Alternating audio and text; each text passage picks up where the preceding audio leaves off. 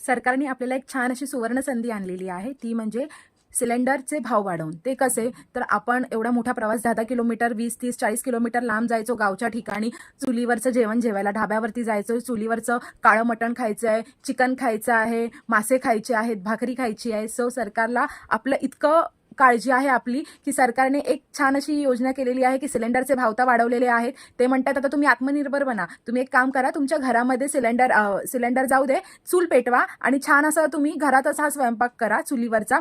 जेणेकरून काय होणार आहे, की आपला एकतर ट्रॅव्हलिंगचा खर्च वाचणार आहे आणि आपल्याला घरच्या घरी बसून चुलीवरचं जेवण जेवायला येणार आहे. किती सरकार आपला विचार करते, तुम्ही थोडा विचार करा. आणि दुसरं म्हणजे आता याच्यातून आपल्याला यूट्यूबवरती न्यूज बघण्याची अजिबात गरज नाही आहे. गॅसचे आणि ऑइलचे किती भाव वाढलेत वगैरे.